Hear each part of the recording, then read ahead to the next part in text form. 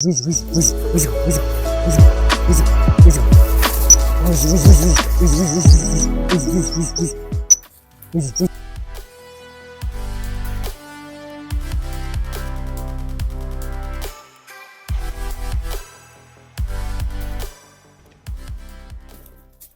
everyone, so we are back here to do a little bit of training with Billy.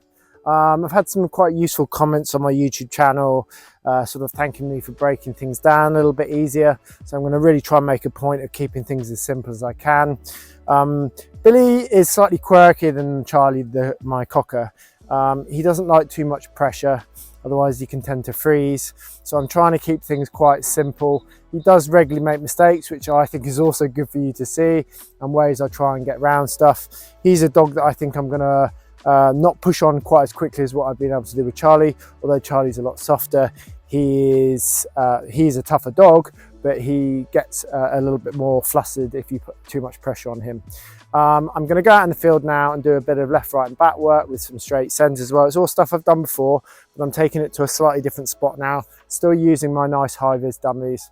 I'm not going to use the microphone. I'll do commentary over the top, because as soon as I go any distance from the camera, it doesn't like it.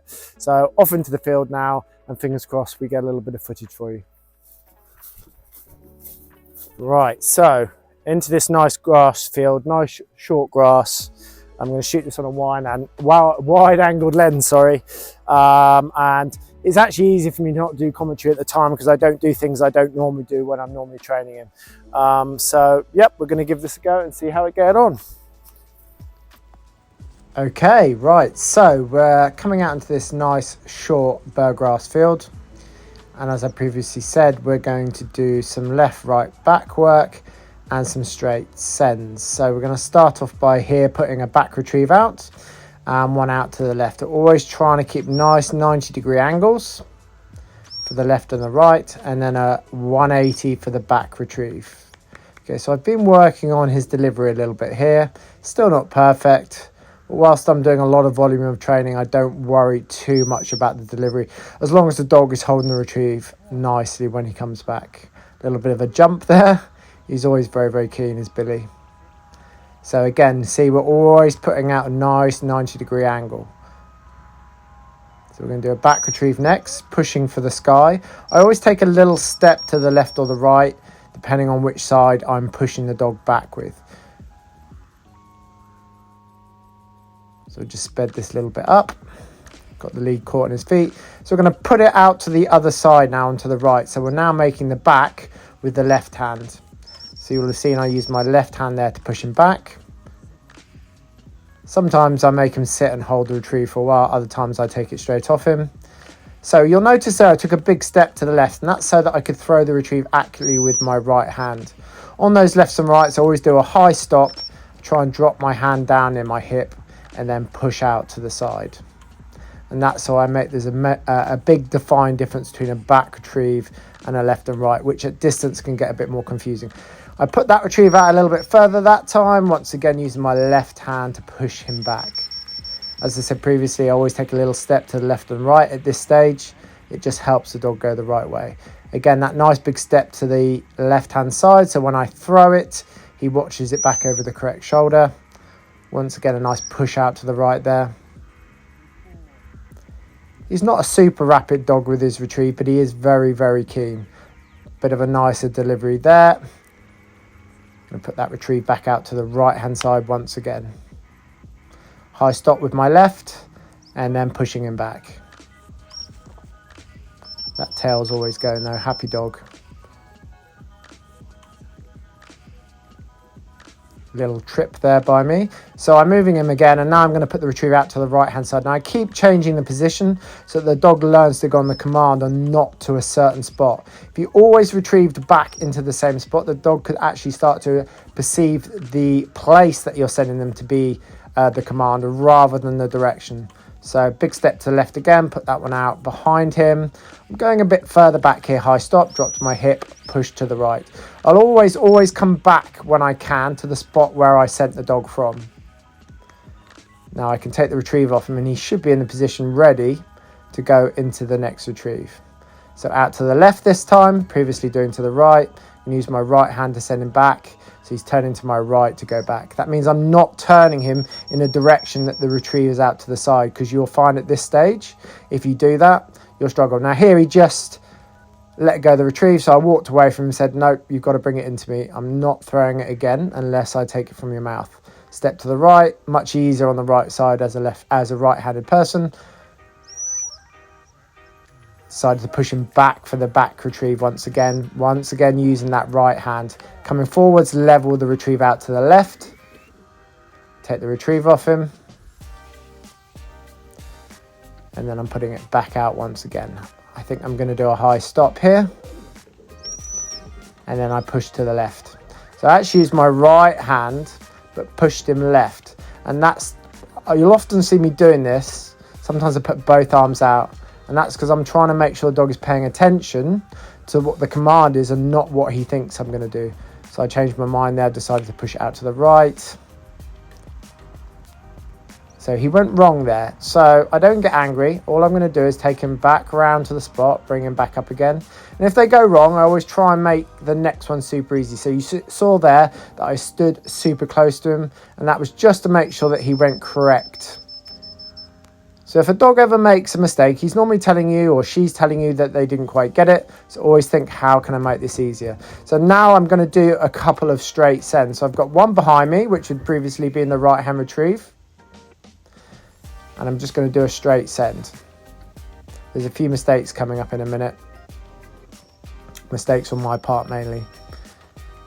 Okay, so he's brought the retrieve back in. I'm going to turn him round. Walk in the other direction. I'm going to sit him up. Then we're going to put that retrieve back out again. What I like about these high vis dummies, they do throw really well. You can throw them quite a long way. Nice straight send. Bit of a rub on the chest there.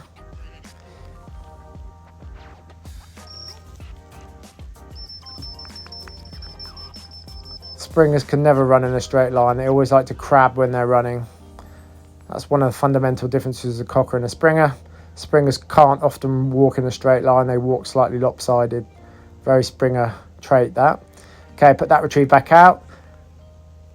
Now I'm walking him back towards the one I want to do, even though he could probably do that.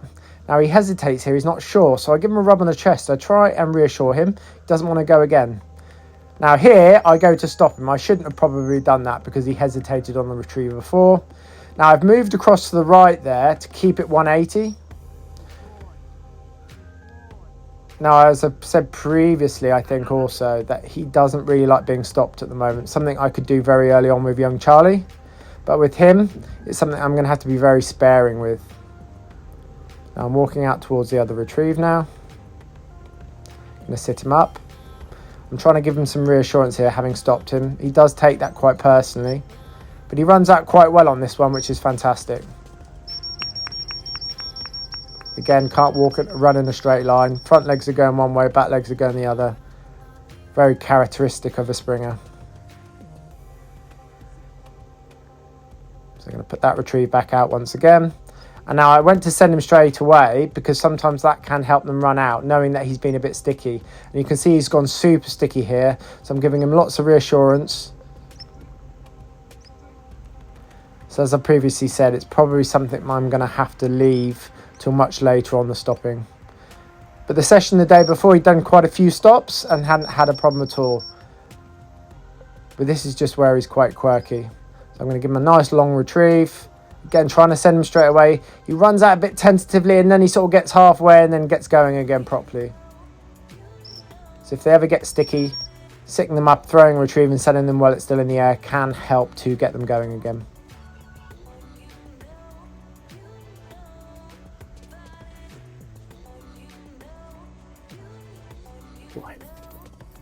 Right, so quite a few little mistakes there. So at the same standard with Charlie, I was able to quite regularly stop him on the way out to retrieve and practice pushing him back. He gets really, really sticky. And you saw after I did that stop up there, then he didn't want to go.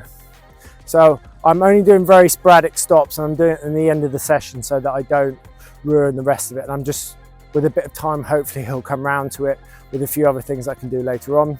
Someone asked me a message the other day why I always do a stop whistle before I send the dog. And that's for later when I'm splicing two pieces of training together. So imagine I've just sent the dog out in a straight line, I've stopped him, and then I want to push him left, right, or back, for example. And that's where I'm picking up from. So this drill is prepping for things that I'm going to do later. So when you see me do a stop whistle and then push him back, that's because later on I'm imagining I've just stopped the dog, and that dog recognizes that sequence that then goes into a different handling maneuver. And so that's why I always do a stop whistle, even though the dog is already sat, before I send the dog back. It's thinking down the line and splicing two other bits of training together. You're seeing there where he's a bit hesitant. Sometimes I'll give him a rub on the chest, reassure him. He is super sticky like this. So we'll have to see if we get that out of him. I'm a bit of an obsessive when it comes to handling, and I can't help but push them on quite quick. But with him, I am definitely having to go a lot slower than I was with Charlie, and I'm still getting plenty of mistakes as far as his confidence or not being sure, whatever it is. The main thing is, as long as I don't push too hard on it, with a bit of luck, I'll come round on that a little bit later on. And you saw right at the very, I only did one stop, and then he was very hesitant to go out on a lot of different retrieves. So that's why I'm only doing it occasionally. I did it the other day and I got quite a few more out of him, and he was fine, but today he wasn't having it, which is pretty standard. So anyway, I hope you enjoyed this bit, and we'll do a little bit of hunting now as well. Right, so I've come into my rabbit pen now. There's plenty of natural scent in here, but he is actually far keener on hunting for a ball than he is actually for any natural game scent at the moment. I know he's going to be a good hunter, but he is quite up and down at the moment. He can be a bit sticky. That all goes with the type of nature there is, but I have no doubt that's going to come out of him eventually. So at the moment, what I'm tending to do is, you've seen me do a lot of this with Charlie's vlogs, is pushing a ball around, letting him hunt an area, letting him pick a retrieve, and just trying to get that confidence up with that. So on this, actually I've left my, this is good, isn't it? Left my ball in the car. I'm going to use a small dummy. He is super aware of when I've got a retrieve in my hand, and compared to Charlie, I could be more casual. He didn't tend to look at me knowing that I had a retrieve, whereas with him, if I was to walk around, even an inkling that I had the retrieve on me, he would dance around in front of me, which is pretty typical, especially of a springer if they get ball mad. So balls are great, but you have to be super smart in using them and how you use them when you get caught. So I'm going to hopefully show you. I've actually already hunted him earlier, and I've literally just done that retrieving that you've seen. So I don't think he'll go at his best, but I wanted to try and capture this while we don't have any rain. So first thing I'm going to do, I'm going to turn my back on him, and I've got my retrieve here, and I'm going to rub the leaf litter on. That goes in my pocket. I don't want him to see that I've got it. I'm going to chuck that down, and I'm going to hunt him on. So here we go. Ready? Ready? Ready? Where's he? Where's he? Where's he? Where's he? Where's he? Lots of encouragement as I go. Where's he going? Where's he going? Good lad, good lad, good lad. Good boy. Where's he going? Where's he going? Where's he going? Where's he? Where's he? Where's he? Where's he? Where's he? Where's he? Where's he? Where's he? Where's he? Where's he going? Where's he going? Where's he going? Where's he going? Where's he going? Good boy. Sit. Now this is much easier to do with a ball because you can throw it and roll it. But because I left it in the car and I've already started filming, that's what we're going to do. At the moment, I just want him to get about, hunt, head down, not look for help, and that all just takes a little bit of time. So I'm going to cast him off again. I'm going to pick up some leaf litter to give him a visual mark. Sit. Especially if I throw it down where that other bit was a moment ago, there's already a bit of natural scent there. The other thing is I can only use a small part of the pen because otherwise I won't be on camera. Ready? Where's he? Where's he? Where's he? A lot of talking to him at this stage. Here. Where's he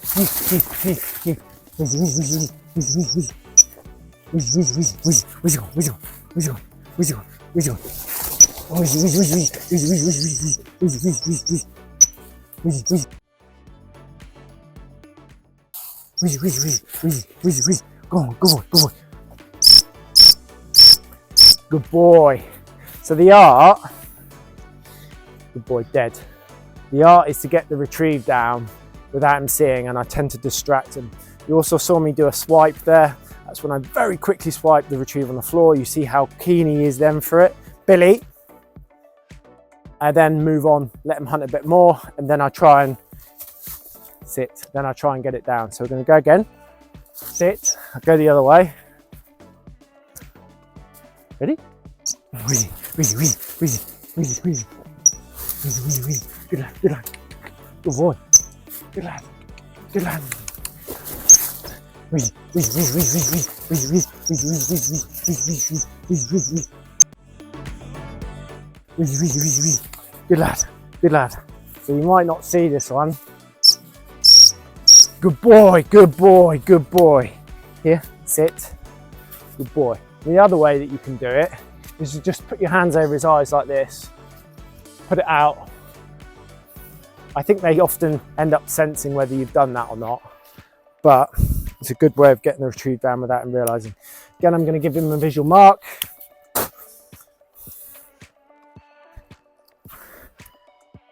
Really? Wheezy, wheezy, wheezy, wheezy, wheezy, wheezy. Good lad, wheezy, wheezy, wheezy, wheezy. I found that one real quick. See, that's the only downside of putting it down. So putting it down early is sometimes they end up picking it early.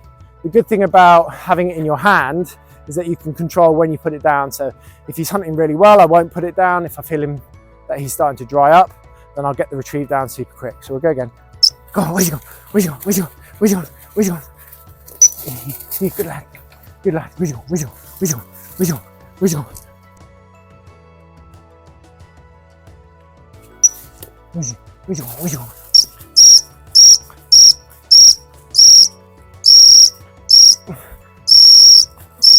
He's trying to figure it out. Where is he?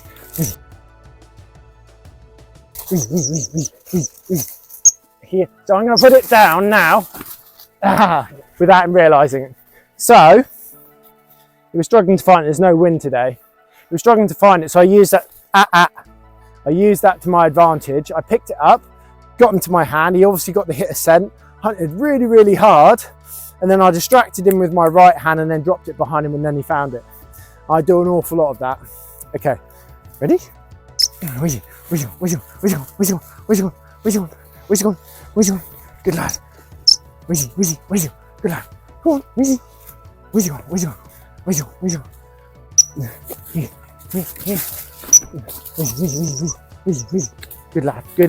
Good lad. Where's he gone?